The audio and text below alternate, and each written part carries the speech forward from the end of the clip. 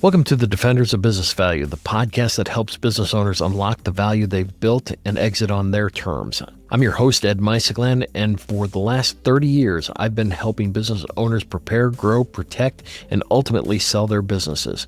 Whether you're a business owner, a buyer, or an advisor guiding others through the process, if you want to make your last deal your best one, you are in the right place. So let's get started. You know, just when I think that I have met and visited with the tops, I've had a lot of great people on here, and then somebody just comes along and blows my socks off. And today it was Denise Logan. She's a seller whisperer, and she is not anything like your typical M&A expert. Like I said, she's known as a seller whisperer in the deal-making community. She started as a therapist, then became a lawyer, then she built and sold that practice, and now she coaches business owners and deal teams through the emotional landmines that sabotage deals. I'm talking about like identity loss, the shame that some business owners experience when you start getting a financial colonoscopy and everything about your business, they're digging in, and that business owner feels shame about the decisions they made. And then she talks about family misalignment and everything that doesn't show up in the normal course of a deal. The things that are going on behind the scenes that no one knows. But they absolutely affect the deal and they absolutely affect valuation. And so she wrote The Seller's Journey right here. Seller's Journey. It's a fable that became required reading for professionals like us that care about the long-term outcomes and not just closed deals. This just isn't about the transition of a net worth or creating liquidity for that person to retire. This is about a family. This is about, there are people behind that business. And that's what she focuses on. And so today we're digging into how the emotions can either amplify or erode deal multiples and what smart business owners can do about it. So if you're looking toward a transition now or in the future, this episode should be required listening. I am so stoked for you to hear this podcast because it was that good. So enjoy my conversation with Denise Logan, the Seller Whisperer. Denise, welcome to the show. How are you? Oh, I'm so glad to be with you this morning, Ed. You've been on the radar for quite some time, and you went from therapist to lawyer to business owner. You've mixed them all up, and you've made just a total holistic practice. And so I'm curious to know, right out of the gate, just the emotional side of this. We've done 2,300 deals. People just don't understand that is such a huge component to this whole process. So I'd like for you to start there. For sure. If you think about it, most of the folks who are involved in the process of executing a deal are focused on the financial and the transactional part of it. But there are two things that are happening. There is a transaction, but there is also a transition. And in no other part of our life do we go through transition alone. If you just think about the simple pieces like when our last child leaves home, we have a name for that, empty nest. And there is a sense of loss. And so in that process, one of the things that I saw, even in exiting my own business, when I exited my practice, I was ready. And a couple of days later, I was out on the patio, enjoying an iced tea, reading a magazine, and all of a sudden into my head popped, I should tell. Oh, wait, that's not mine to tell. I don't own that business anymore. And it's something that I talk about with owners and with advisors a lot, because getting a big sack of cash does not make all of the other things that you were getting from your business go away. The whole exit community is based on this 75% of people regret selling. Like I said, we've done a lot of deals and people may have been disappointed in structure, maybe how value, but as far as like, I wish I hadn't gotten out of business, I'm not certain I subscribe to that. It's interesting because I do hear that number bandied around. And I think, why is that a statistic that people want to keep repeating out in the world? Why are we as professionals not doing a better job of assessing and preparing our clients for an inevitable exit. If we heard that statistic, I'm just going to pop back to when your child leaves for college. If we heard 75% of parents regret their children growing up and leaving home, we would say that's a bunch of failed parents. In what place do we think that as professionals, it's okay for our clients to have regret? They may have regret, but I think that is a sign of professionals not having engaged well with their clients and treating it simply like it is a transaction for them to make money off of, instead of recognizing the truth that this is a dramatic change in the life of our business owner. To your point, if you reframe it, that you're transitioning from one thing to another, as opposed to you're running from something, the reframing is entirely different. And how you view your exit, which, by the way, is going to happen whether you like it or not. I always say, every one of us, you and I and everyone listening to the podcast, we will all leave our work one day, voluntarily or involuntarily. And I prefer to have transition that I've had some say in. The funny thing is, I had just written an article about the silver tsunami. People are living longer. I don't think it's this massive wave, and I'm glad. I've got partners that are in their 70s. They're still relevant. They're still doing deals, and I hope that business owners can continue to own and operate and figure out a transition that works for them. Third-party selling, while we're a deal shop, I mean, that, thumbs up, but that's not for everyone, and we need to recognize that you have so many other options, but you're going to have to prepare. You're going to have to do the work in order to effectively do it. When you start your business, how do you plan to leave? What is the exit strategy from the beginning? Not what we see in a lot of this industry, where it's 6 months or a year before the exit, and then the wealth managers are scrambling, trying to get access to that wealth, or the investment bankers are trying to chase down a deal and force a transaction. We are changing their lives, and we have a responsibility, I think, to do it well and do it early. And coaching the younger guys around here, it's like, I know we talk about a business, but you're really facilitating a net worth. The level of importance, it's not just X's and O's. Even though you were a business owner, I mean, did you have a command of the financials, the blocking and tackling of your business? Because so many practitioners I know don't. Was that your experience, or were you an operator and you had a large practice, I assume? Yeah, right. So let me give you a piece. As a therapist, I'm trained in 2 tracks. One is work and financial disorders. So people who are addicted to their work or money. We never see that, of course, in business owners, right? And the other track is called thanatology, which is the study of death and dying. At the time, I probably couldn't have told you why those 2 things come together. But what we see often for business owners as they are preparing to leave their business, it does feel like a death in some ways. And as a culture, we do not deal with endings of any kind. And so what I often see is that business owners are moving toward the exit, and then all of these existential questions start coming up. Have I lived my life well? Sometimes the business has become their favorite child. And guess what? Their real children know that too, and there is conflict. So I was a therapist in the early part of my life, and then I became a lawyer. And you would think I could have used those good therapy skills to keep myself from becoming a lawyer. Perhaps that would have been a good use of things. But I built my law practice to be 50 lawyers and 300 support staff. And then I exited my practice. Something that I often say to advisors, your client knows the when. It's not up to you to push them to exit or to force them to stay. And so I made a super ugly, choppy exit from my business because I was ready and the people around me were not. I joined a friend's business who was preparing it for sale. And over the next 10 years, we tried to sell that business 3 times.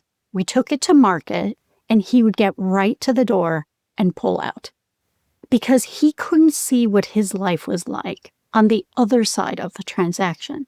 And so after 10 years of that, I left and did a research study about why business owners get stuck. Why are they like me I waited so long I would have given my business away to be free of it. Or why are they like him, where they go too early and can't pull the trigger? And then for the last 15 years, what I've basically done is combine those pieces together and come alongside owners and their advisors to navigate that emotional arc that is happening whether we have a $50,000 hair salon or a $500 million manufacturing company. The emotional arc that an owner goes through is exactly the same. So yes, I understood my business and I understood it well enough to say, I think I'm going to be an impediment. It's time for me to go. And so in this role that I'm in now, I do not practice as a lawyer and I understand what's happening. So in many ways, what I see happening in a transaction, sometimes the lawyers are all spun up about their own things that are not actually what is going on in the transaction. And so I might step over and help soothe what that conflict is that's happening between them so the deal can get back on track. I'm certain people will resonate that, you know what?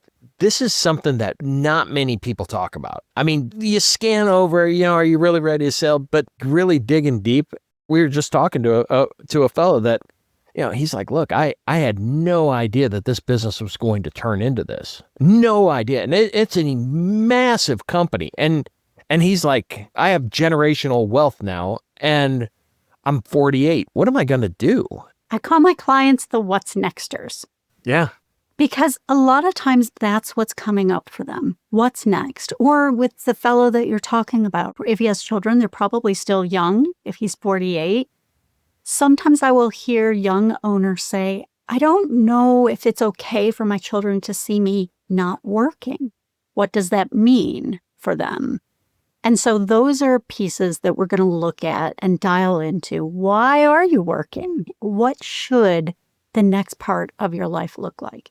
There are two things I want to talk about. One is what owners get from their work, and the other is what happens with advisors. You alluded to it where sometimes an advisor will ask the question, so do you have a plan after you sell your business?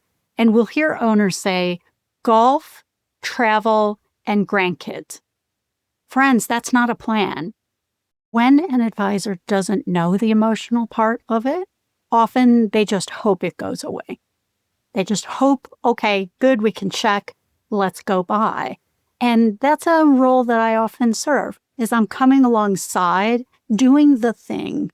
Everyone in the profession will say, I'm a part-time therapist or I'm a part-time psychologist. I'm like, for sure. Let me help you be a little better at that.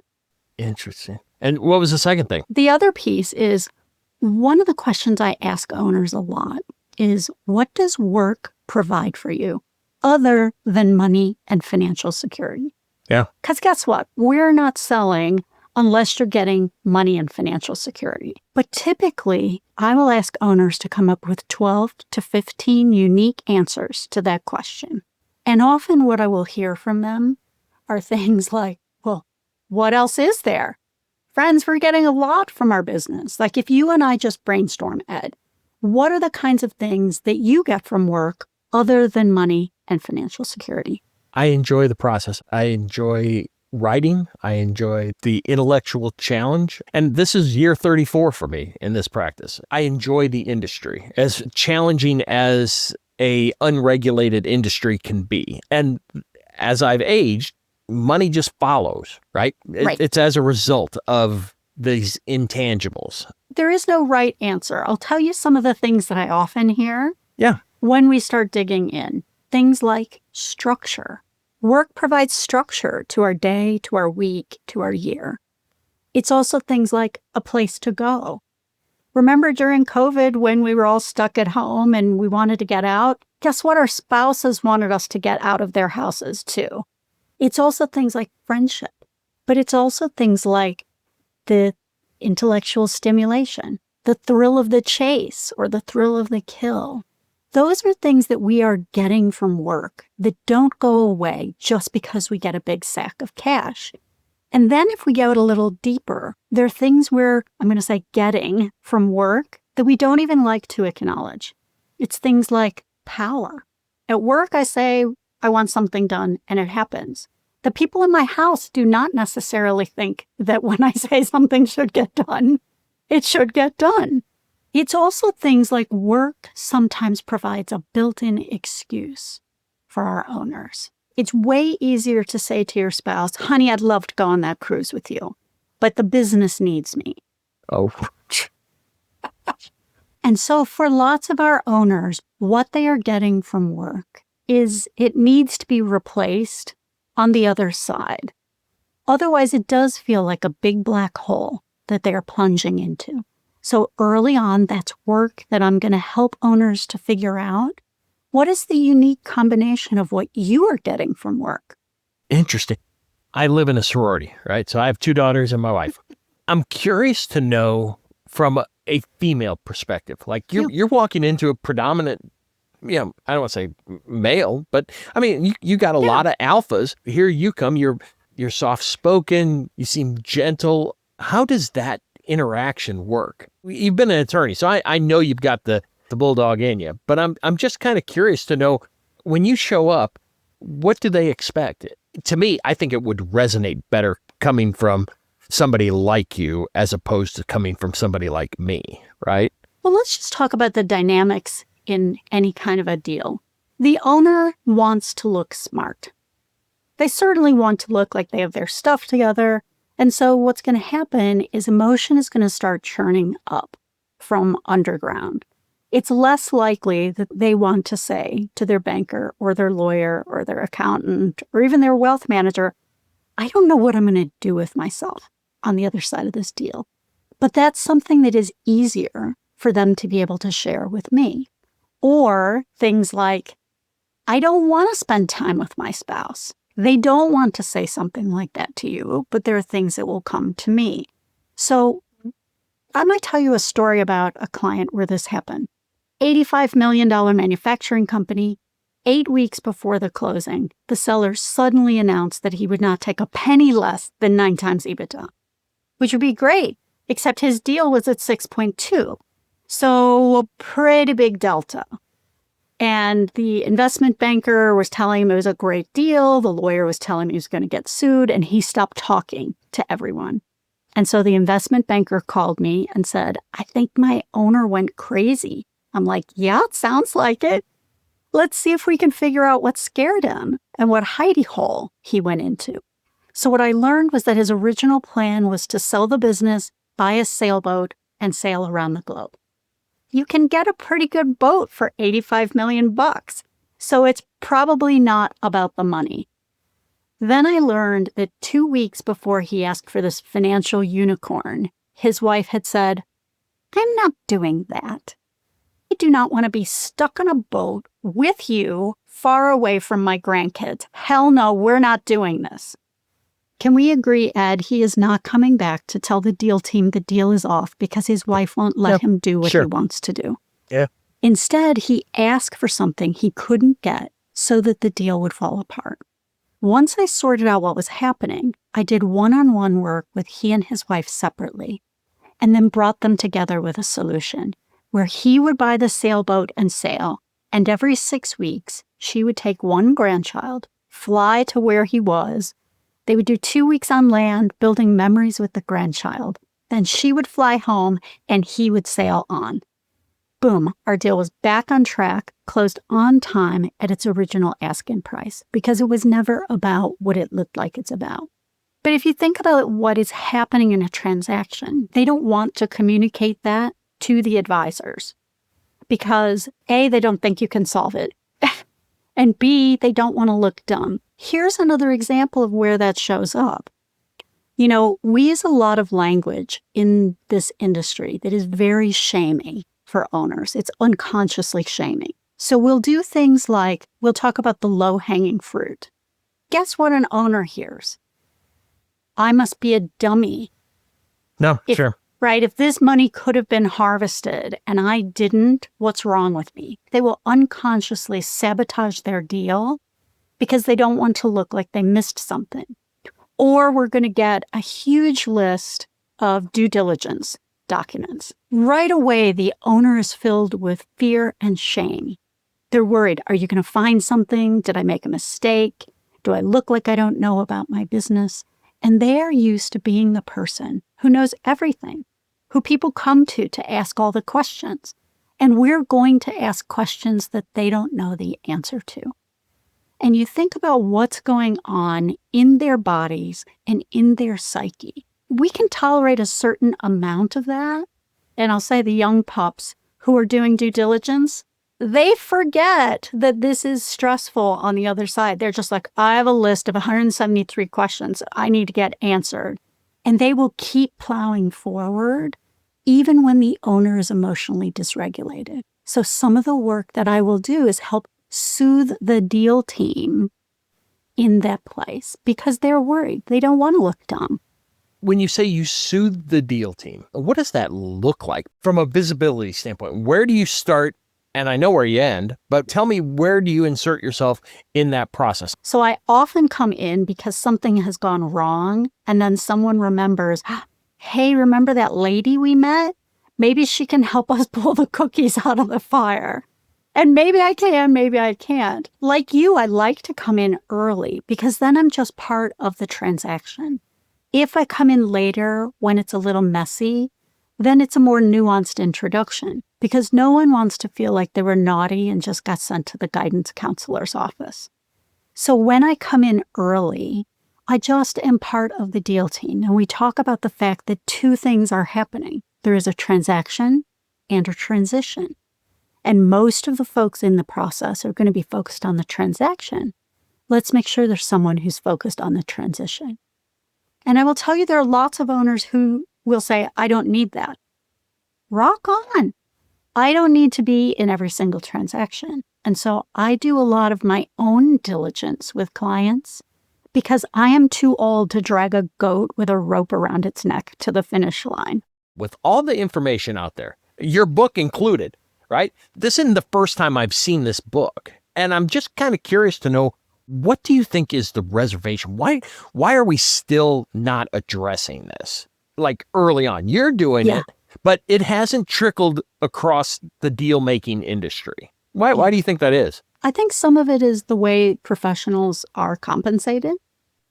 They are compensated only when a transaction closes, which actually should make them focus on this. But there is a myth in the industry that owners are scatterbrained or they're unpredictable. And I will tell you that is not true. They're not unpredictable. We can predict in advance almost everything that's going to happen in a transaction if we slow down and bring in the emotional part of what is happening.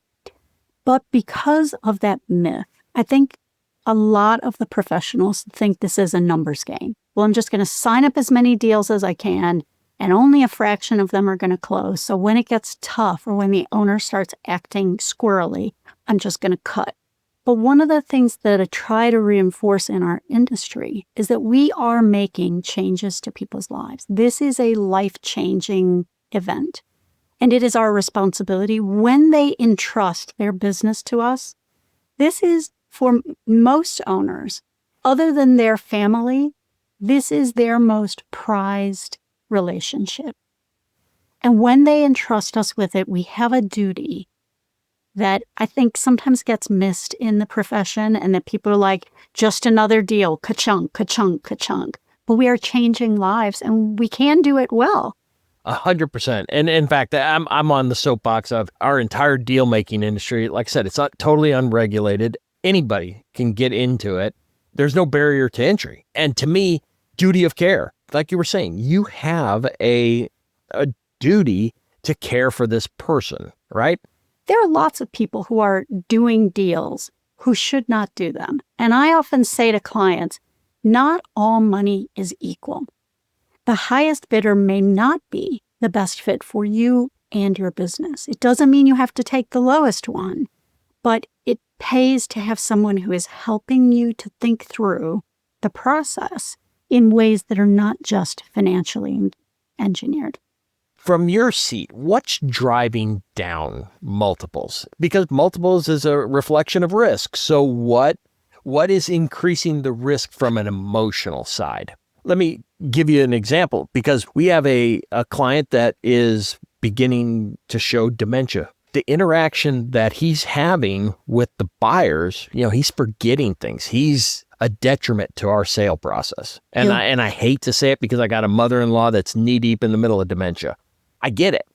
The buyer that's going to come through is going to suppress the multiple because whether it's true or not, there's an implied additional risk by that seller. Doesn't that play in directly to our comment earlier that we will all leave our businesses at one point? And it's better to do that on your own timing than to be in a place where the market has changed or your health has failed or you're having a mental decline where that's happened. So what is driving down multiples, or what are some of the things on the emotional side that can trigger a buyer to pay less? One that I see heavily is heavy owner dependency. The owner and the business are fully enmeshed with each other. And we hear it a lot. I did a retreat with a group of owners and their spouses, and we were talking about exit. And one of the men said, "I'm never leaving my business. It's the only place I feel alive." Really? The place you feel alive is at work, not at home? Maybe that's a conversation for a different kind of therapist. But maybe she's the bookkeeper. Maybe she works down the hall. So they're together. I will tell you that is also a worry when you have husband and wife in a practice or in a business of some kind. That does represent risk to the buyer. And part of why the buyer experiences that as risk is, let's just use that scenario that we said, that maybe she is the bookkeeper. Honestly, that may be the place where she feels an equal sense of power with her spouse. And so a buyer might think, oh, not to worry, we're just going to pull her out. She's the head of HR. She's the head of bookkeeping. We can remove her. She may actually be highly resistant to that removal because she has not invested in the other parts of her life as well. So owner dependency is a huge piece. And one of the things that I say to owners is if this was your financial portfolio and you were fully invested in one slice of your financial portfolio, we would tell you that's not healthy. What is happening is if emotionally you are fully invested in your business and you have no other emotional place where you are tied in, that's a huge risk. Partly it drives down multiples because the buyer is worried that you will pull out at the last minute. They are worried about that too, or that you will not transition well. We see a lot of instances where an owner is required to stay on for a period of time. I had this conversation with a client recently. And what I realize is, I don't know about you, Ed, but I don't like to drive the car when my spouse is telling me where to turn. Sure. Yeah, and so an owner who stays on after the sale is in that situation. And often we are business owners because we don't take direction well. So if an owner has replaced themselves within the business, they have already created a strong management team or a new CEO before sale, the multiple goes up because that risk is less of the emotional dependence. I do believe, to your point about it being emotionally regulated, I guess where I'm heading is so many business owners, from a valuation standpoint, they look at the business as a sacrifice, right? I sacrifice this, I sacrifice my marriage, I sacrifice my kids' games, I sacrifice this, and this, and all you're going to pay me is a 6.2 multiple. That's what you're going to pay me. How do you offset that? How do you help the business owner detach from, yeah, I understand that, but that's not how this program works? I just had it happen with a client who had not invested in their business well for the last several years. And there is owner dependency, and there is contract risk. There are all of the things that financially set that up. And so they went through process of interviewing investment bankers, and when they saw the various multiples, this man wept. And he said, I have spent 41 years, and that's all I'm going to get. And of course, just like in any of the stages of grief, right, there is anger, denial, bargaining, acceptance. And he was going through that process because for him, in his mind, he had made up a number on what his business was worth. I encourage owners early on and regularly to have valuations, not just when you're at the point of sale, because then you know, oh, wait, These are the things I can or could do. This owner is now forced to face the reality that the multiples came back at a 1.8 to 2.1, which is much worse than anything that he had anticipated. And he is already in his late 60s. He doesn't have the energy or direction or stamina to do a great big rebuild. And so we did some intense grieving work because there is, I would call it relational grief. There's what you thought your life would be like, and there is what your life is like now. In addition to the grieving process, there was intense shame because he has to recognize, I didn't invest in my business. Like, I can be mad that that's what those meanie bankers came back and they don't know, they're dummies. Why did they value me so low? But what we're often hearing in the pushback on valuation is a sense of shame and disbelief that I thought it was worth more. They are going to value it for what it is. And market value, the market determines the value. And we often see owners struggling to accept what that reality is. It's very hard to recalibrate and correct course. And that does lead to grief and anger and shame. One of the trends that I'm seeing is doing market studies, like basically going out and shaking the bushes anonymously, where you're preserving the confidentiality of the business, but yet you're going to those buyers, kind of understanding what the market is saying before actually going full process. And I do believe that that's probably a superior tool. And I'm a business valuation guy. I mean, I've been doing it for 30 years. And I can tell you that the market, as you know, the market is the market. The process is the expert adjudicator of value. You know what happens that I see in the market that I think sometimes private equity firms are harming owners in this? They have the kids in the, I call it kids in the boiler room who are making calls. Want to sell your business? Want to sell your business? Or sending emails. And it has led business owners to think that selling their business will be easy because they have so much interest. And I don't think most business owners realize that's not actual interest. That is simply kids in the boiler room testing the marketplace. And selling your business will not be like selling your house. Sometimes we'll hear owners say, well, I'll know when I'm ready. Will you? And your business may not be ready just because you are. It's not like selling our house where we plunk a sign in the front yard and someone pulls up with a big sack of cash and buys it and we're out. This is, for my experience with clients, is that this is typically a 9 to 18 month process from the start of the sale to the close of the sale. Sometimes a little shorter, sometimes longer. But the more you're thinking, do I have the physical and emotional stamina to get through a sale instead of waiting until I'm so burned out, I just can't do it another day, I have to sell. Because that also drives down multiples. Buyers can tell. Well, I'll tell you what, that's certainly a negotiating technique these days, is deal fatigue. You know, just keep dragging it on. As you know, like, you're an attorney, interrogatories, and just keep burying them with more due diligence, more requests. And God help you if you go over the year end. Now we got to wait for your tax return and your financials and such. So I hear you. Deal fatigue is real, and it doesn't have to be. You know, one of the things I hear in this industry are time kills all deals.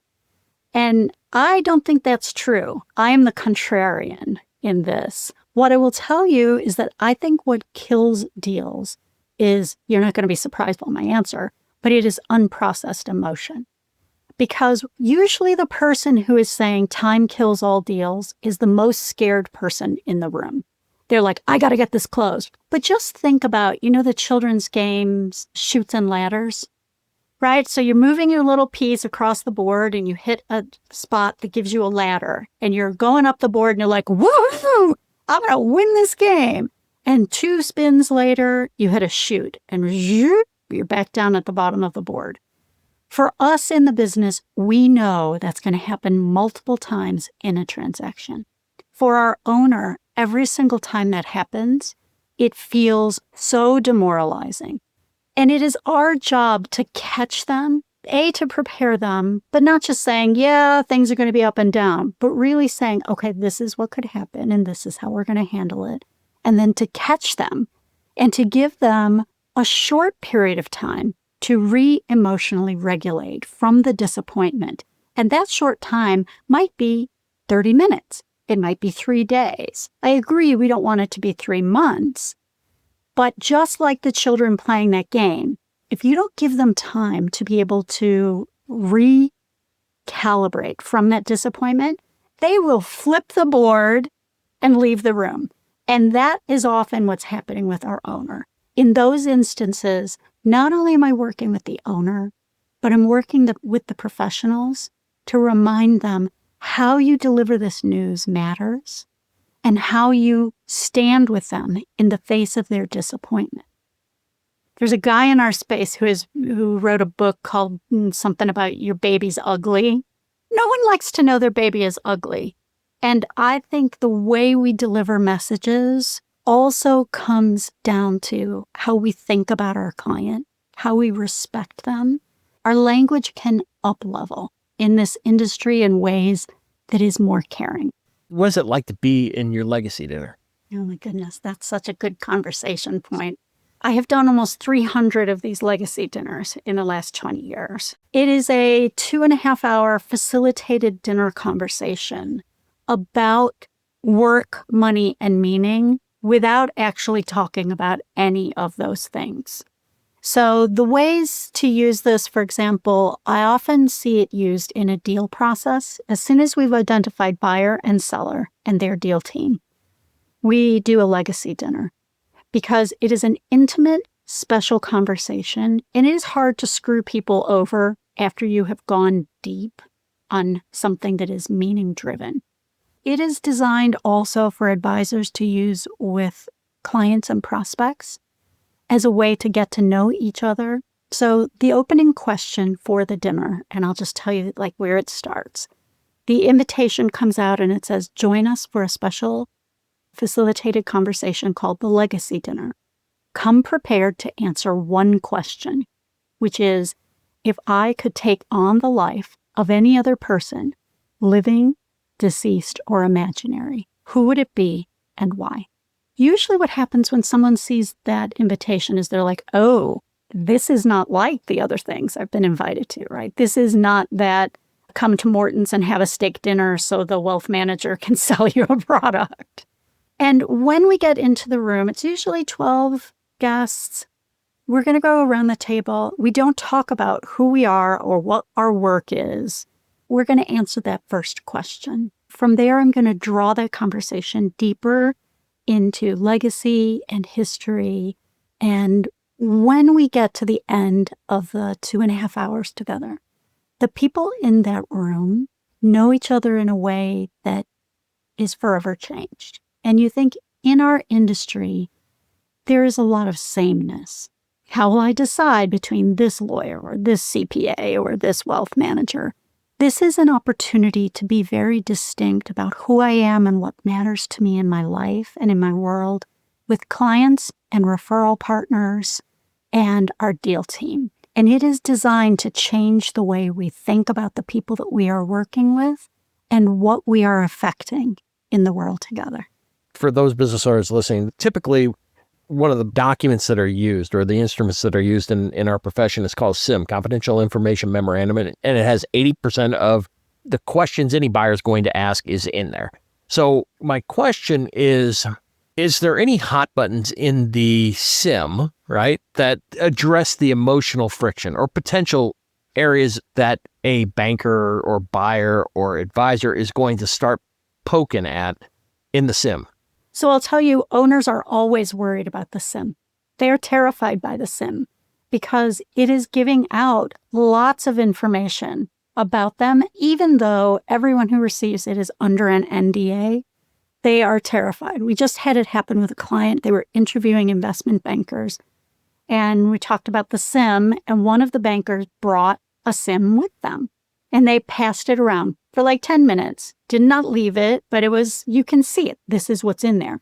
The client actually got hugely distressed having seen that CIM because they were like, people are going to see all of this about me and my business. And we talked about the NDA and the pieces. I always say to clients, we want to be transparent. It's okay to say what's really true. I think while we're talking about transparency, that leads to another piece that I often hear. When do you tell your employees? We do have a responsibility to make sure that they feel safe and settled in the process. You don't want to disclose that too early, but I also think it is a mistake to lie. And it is almost always employees know right away because things are changing. As a buyer is worried if you are not talking about this with key employees because they are worried about those employees bolting. And if the owner is in the position of saying, well, if my employees knew, they would leave, that also affects your exit price. And so as owners, I think early on, we should always be preparing our staff for, I will not be here forever. I have a client there in their 70s. And they're like, ooh, what if the employees know? I'm like, friends, every single day, your employees are like, how long is that old guy hanging around here? Yeah. Well, and the funny thing is that's exactly what I was getting ready to say is that, it's easier when you have a great excuse. Age is a great excuse. If this business is going to self-perpetuate, we have to be in a posture that we can effectively exit. And by the way, Mr. Employee or Mrs. Employee, you might be part of this exit. We just talked to somebody yesterday that they don't want a third-party sale. I mean, they want to sell it to the key employee. But facilitating that conversation from a business owner standpoint, guaranteed, there is nothing but anxiety ridden. Yeah. That's a place I often am in there. But I also think it comes back to, as owners, why we want to be removing ourselves as the key player early on in our business. Because if you have already transitioned to another CEO or a key management team, A, your multiple is higher, and B, your employees are less freaked out. So for those of us who become the sole source in our businesses, we are driving down our own multiples and scaring our employees on our own, and we can do better. Before I get to my last question, tell me the mechanics of how you work with people. What does that look like? I work with clients on a flat fee.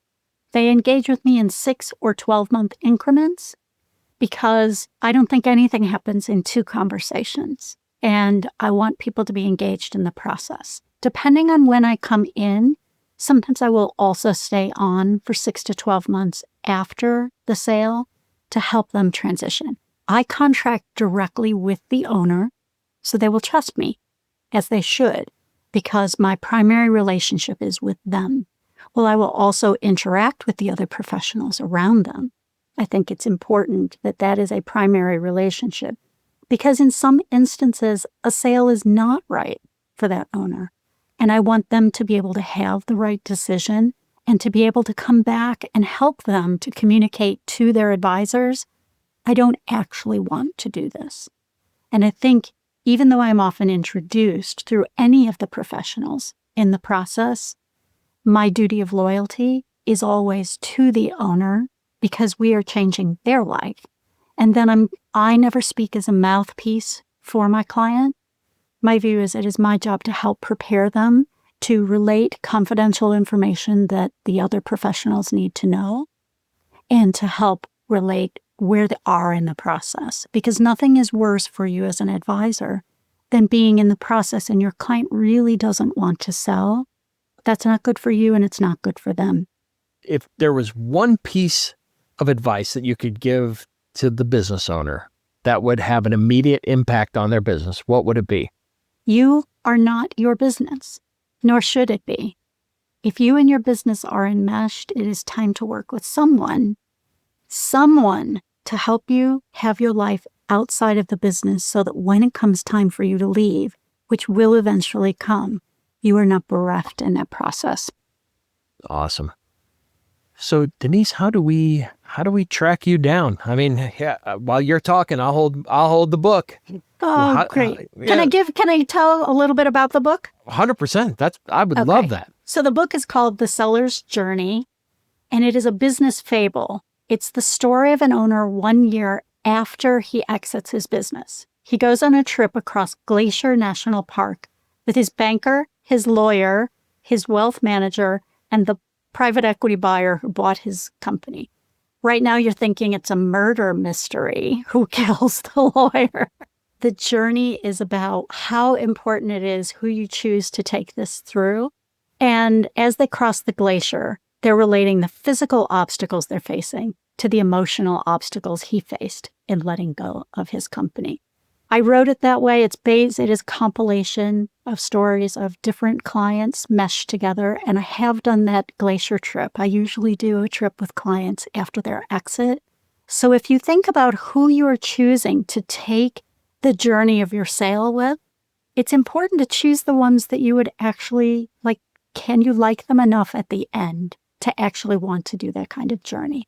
So my website is deniselogan.com. Nothing crazy or hard, and always happy to have conversations with folks about what's happening in their world and how I can help smooth the way for advisors and their clients. I so appreciate your time, and I so appreciate the work that you do. Yeah. Thanks for having me, Ed. I so enjoyed our visit.